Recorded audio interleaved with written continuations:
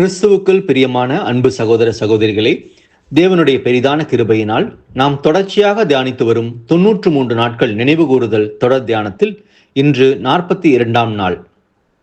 இன்றைய நம் தியானத்தின் தலைப்பு, முத்தத்தினாலேயா மனுஷகுமாரனை காட்டிக் கொடுக்கிறாய். நமக்கான பாடம். அன்பான சகோதர சகோதரிகளே, கெத்சமனே தோட்டத்தின் அந்த இக்கட்டான இரவில் இயேசு யூதாசிடம் லூக்கா 22ஆம் அதிகாரம் 48வது வசனத்தில் கேட்ட கேள்வி இன்றும் நம் காதுகளில் ஒலிக்கிறது. யூதாசே, முத்தத்தினாலேயா மனுஷகுமாரனை காட்டிக் கொடுக்கிறாய் என்றார். இந்த கேள்வி உலகிலேயே மிகப்பெரிய மாய்மாலத்தை வெளிச்சமிட்டு காட்டுகிறது. அன்பு காட்ட பயன்படும் ஒரு முத்தம் இங்கே ஒரு துரோகியின் ஆயுதமாக மாற்றப்பட்டது.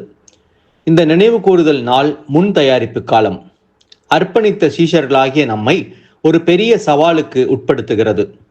நாம் நவீன கால யூதாஸ்கள் போல இருக்கிறோமா?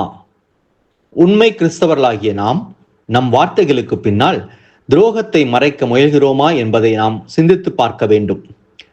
யூதாஸ் ஒரு அந்நியன் அல்ல. அவன் 3.5 வருடங்கள் கர்த்தர் இயேசுவோடே நடந்தவன்.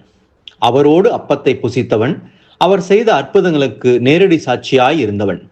ஆனால் இந்த எல்லா பாக்கியங்களையும் அவன் வெறும் 30 வெள்ளிக்காசுகளுக்காக விற்றுவிட்டான். நமது மத்தியிலும் இத்தகைய துரோகங்கள் நிகழ வாய்ப்புண்டு. பேச்சளவில் உடன்படிக்கை, அர்ப்பணிப்பில்லாத இருதயத்தோடு வாழ்வதும் ஒரு வகை துரோகமே. இந்த நினைவு கூறுதல் தியானங்கள் நம்மிடமுள்ள இரட்டை வாழ்க்கையையே தோலுரித்து காட்டட்டும். நவீன யூதாஸின் முத்தங்கள். உடன் சகோதரனுடைய ஊழியத்துக்கு எதிராக திட்டம் தீட்டிக் கொண்டே வெளியே அவனை பாராட்டுவது. சகோதர அன்பை பற்றி பேசிக்கொண்டு மறைமுகமாக அவதூறு பேசுவது. பொது இடங்களில் ஒற்றுமைக்காக ஜெபித்துவிட்டு தனிப்பட்ட முறையில் பிரிவினைக்கான விதைகளை விதைப்பது. அனுதின வாழ்வில் வழி இல்லாமல் நினைவு கூறுதல் நாளில் மட்டும் பக்திமானை போல பங்கு பெறுவது. இப்போது நம்மை நாமே கேட்டுக்கொள்வோம். என் முத்தம் துரோகத்தை மறைக்கிறதா? யூதாஸின் முத்தம் இயேசுவை சிலுவைக்கு வழிநடத்தியது உண்மைதான். ஆனால் அந்த துரோகி தூக்கிட்டு கொண்டது இவனை போன்றே துரோகிகள் அழிவின் பிள்ளைகளாக மாறுகிறார்கள் என்பதற்கான ஆகச்சிறந்த சான்று. நமது வழியை நாமே தேர்வு செய்வோம். ஜீவனுக்குரிய பாதையா அல்லது யூதாசை போன்ற அழிவு பாதையா? நமது அன்பின் ஆண்டவர் இயேசு அந்த துரோகி தன்னை காட்டிக் கொடுக்க வந்த போதும் அவன் மீது கோபப்படவில்லை. மாறாக அவனை சிநேகிதனே என்றே அழைத்தார்.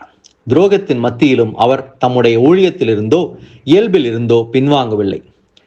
மத்தேயு 5ஆம் அதிகாரம் 44வது வசனத்தில் நமது அன்பின் ஆண்டவர் கூறும் வண்ணமாக, உங்கள் சத்துருக்களை சிநேகியுங்கள், உங்களை சபிக்கிறவர்களை ஆசீர்வதியுங்கள், உங்களை பகைக்கிறவர்களுக்கு நன்மை செய்யுங்கள், உங்களை நிந்திக்கிறவர்களுக்காகவும் உங்களை துன்பப்படுத்துகிறவர்களுக்காகவும் ஜெபம் பண்ணுங்கள். இதுவே இந்த நினைவு கூறுதல் ஆயத்த காலம் நமக்கு கற்பிக்கும் பாடம். நாம் பங்கெடுக்க உள்ள அந்த அப்பமும் கிண்ணமும் காயப்பட்ட உள்ளங்களை மூடும் ஆசீர்வாதமாக அமையட்டும். அப்பம் மற்றும் திராட்சை ரசத்தில் பங்கெடுக்கும் அந்த வேளையில் நம் இருதயம் நம்மையே கேட்கட்டும். நான் யூதாசை போல முத்தமிட்டு துரோகம் செய்கிறேனா? இல்லை என்ற உறுதியோடு பங்கெடுப்போம். நாம் கேட்ட இந்த சத்தியத்தை நம்முடைய இருதய பலகையில் எழுதி கொள்வோமாக. தேவ கிருபையும் இரக்கமும் தொடர்ந்து ஒவ்வொரு நாளும் நம்மை வழி நடத்துவதாக. அன்பான சகோதர சகோதரிகளே, நமது 93 நாட்கள் தொடர் தியானத்தில் நாளைய நமது தியானத்தின் தலைப்பு, விசுவாச துரோகம் செய்த ஆசாரியர், நிழலும் நிஜமும். இதற்கான ஆழமான சத்திய விளக்கத்தோடு நாளை நாம் சந்திப்போம்.